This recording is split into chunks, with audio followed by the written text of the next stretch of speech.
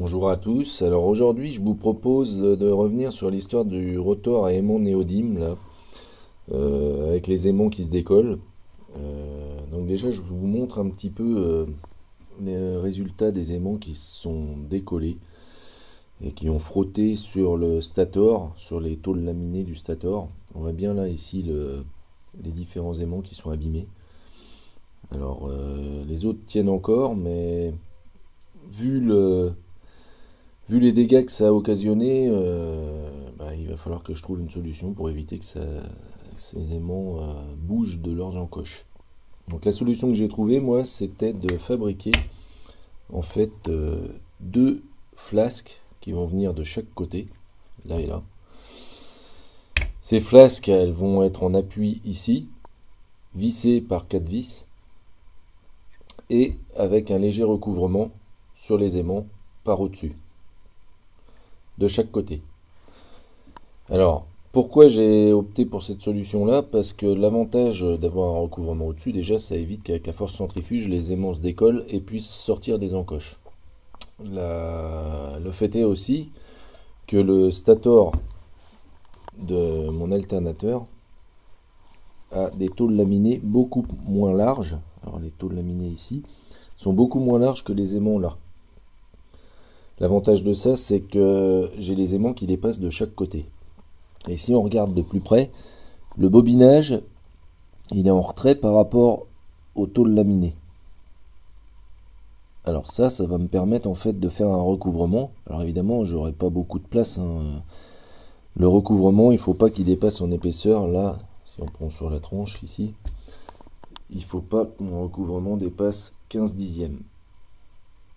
Alors 15 dixièmes, ça fait 1,5 mm, hein, c'est très peu. 15 dixièmes. Et en plus, il faut qu'il soit vraiment de chaque côté. Il ne faut pas qu'il vienne taper contre les tôles ici. Donc, c'est tout. Pour faire ça, qu'est-ce que je vais faire? Je vais réusiner correctement mon noyau de rotor de façon à ce qu'il fasse pile poil la largeur des aimants. Donc ici, ça dépasse à peu près de 2 mm et demi de chaque côté. Ces 2 mm et demi, je vais les reprendre de façon à être bien aligné avec les aimants. Et puis une fois que j'aurai fait ça, je vais fabriquer mes deux flasques de chaque côté, que je vais faire en alu. Ouais, au départ j'avais dit que je les ferais en acier, mais bon, finalement le trap il m'a fait changer d'avis. Je me dis que pour éviter tout problème de magnétisme, toute connexion entre chaque aimant, je vais faire ça en alu, comme ça c'est amagnétique, il n'y aura pas de souci. Et puis une fois que j'aurai fait cette modif là, je pense qu'il faudra simplement que je regarde si mes entretoises de calage ici sont bien centrées. C'est-à-dire qu'en fait mon rotor ici se retrouve bien centré par rapport aux tôles du stator ici. Bon écoutez, je vais monter tout ça dans le tour, commencer à usiner tout ça, puis on se retrouve juste après. Reprise donc des faces du rotor. Donc là on va faire des passes de 5 dixièmes de chaque côté pour pouvoir reprendre les faces du rotor. Voilà, allez, c'est parti.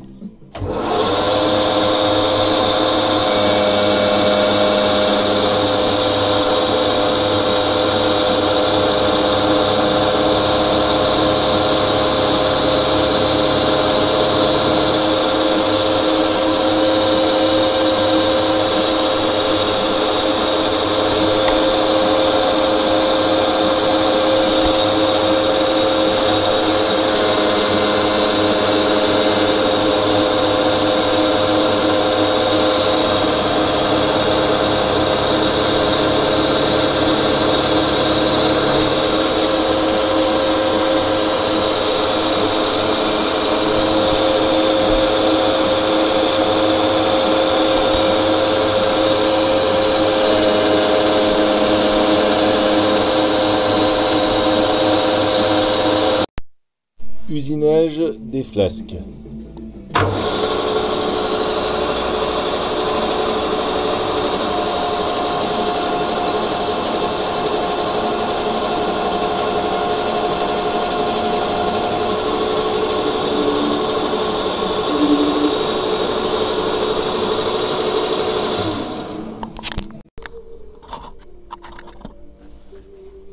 usinage de l'alésage intérieur.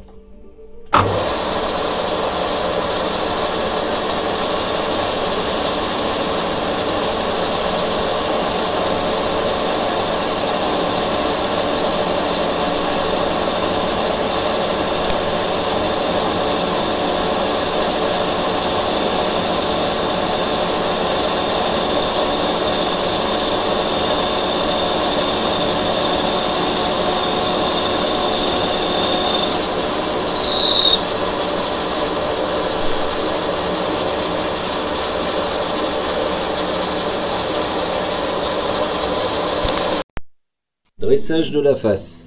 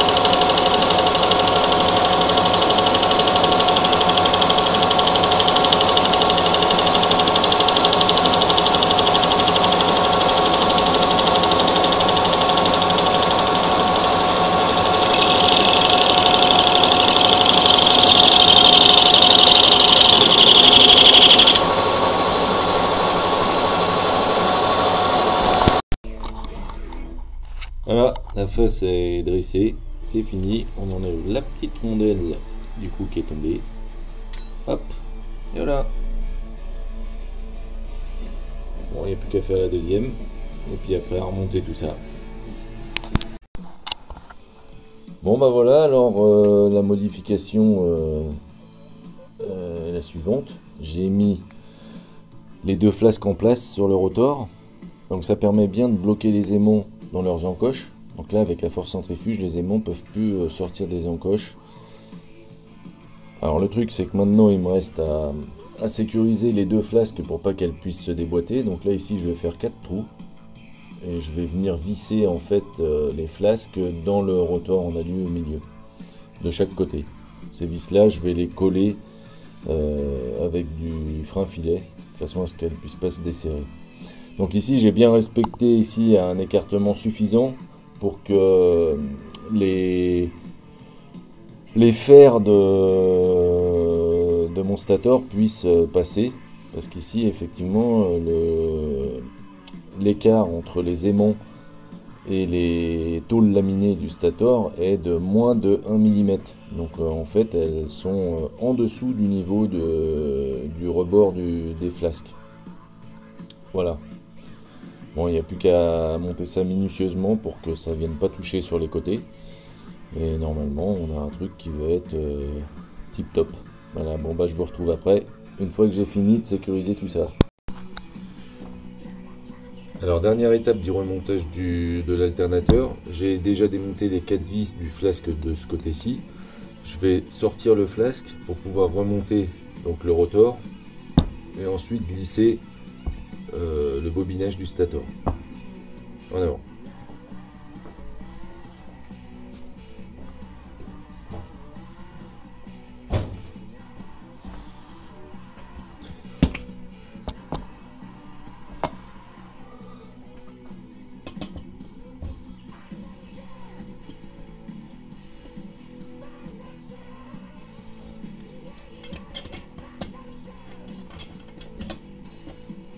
Alors, étape importante, on va coller les 4 vis ici.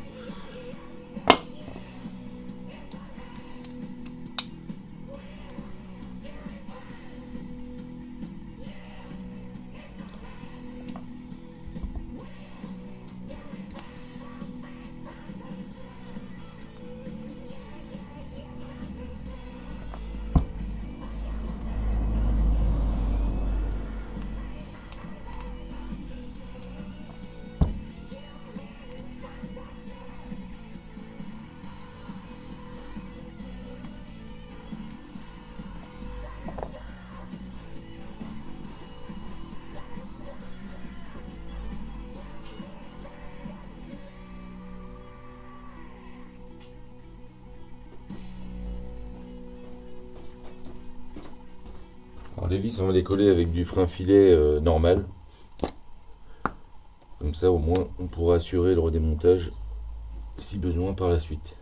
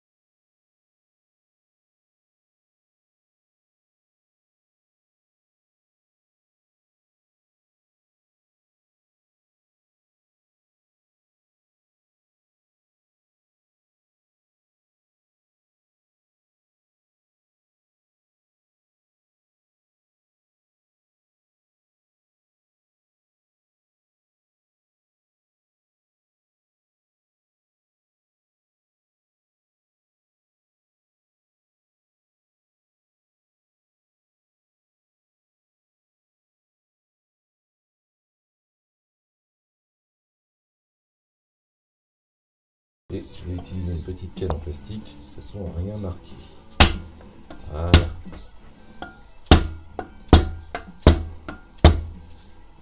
lâcherait pas mal. Au niveau des vis, j'ai l'impression que l'alignement est plutôt sympa.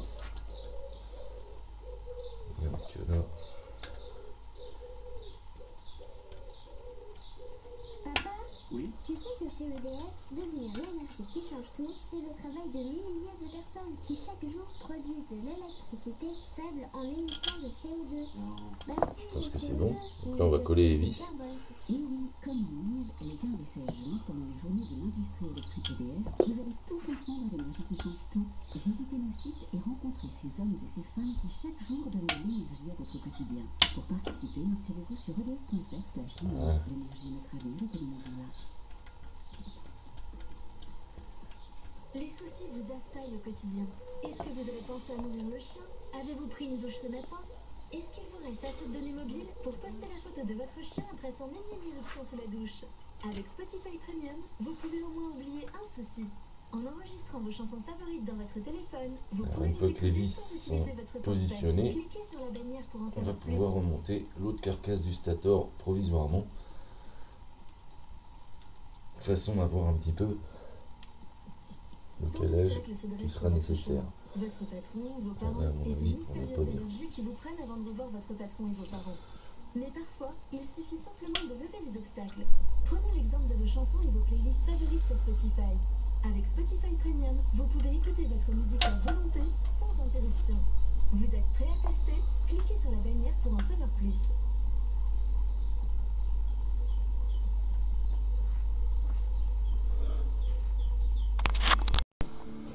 Bon voilà, j'ai remonté le rotor sur l'alternateur. Donc, on voit bien là, ici, l'espacement qui est très faible. Donc ça passe vraiment très très près des câbles. Cela dit, il y a un jeu, donc il n'y a pas de souci, il n'y aura pas de frottement. Donc c'est là que vous vous rendez compte en fait du montage que j'ai voulu faire. Les flasques en fait viennent en retrait, ils viennent au plus près possible des bobinages du stator. Ensuite, à l'intérieur, au niveau des tôles laminées, là où les pôles agissent directement sur les aimants du rotor, on a un entrefer qui, lui, n'est que de 0,5 mm, environ 5 dixièmes. Bon, après, c'est un calcul qui est plus ou moins précis. Donc, du coup, là, ça passe pas mal.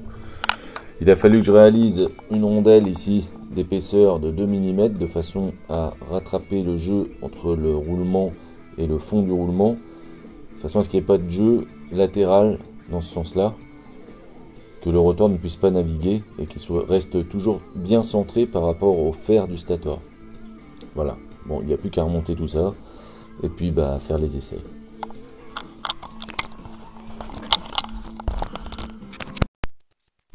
Voilà, alors j'ai fait mes branchements, on va pouvoir procéder à l'essai. Le couplage est en étoile, c'est comme ça qu'il fonctionnait le mieux, celui-ci. On va pouvoir voir s'il n'y a pas de bruit anormal. Bon, a priori, après, il n'y a pas eu de modification majeure, hein, donc il doit tourner comme avant. C'est pas le même contrôleur, il va peut-être pas réagir de la même manière, on verra bien. Allez, c'est parti. Alors déjà, les démarrages, il démarre pas pareil qu'avec l'autre contrôleur. Ça tourne. Pas de bruit anormal, pas de frottement.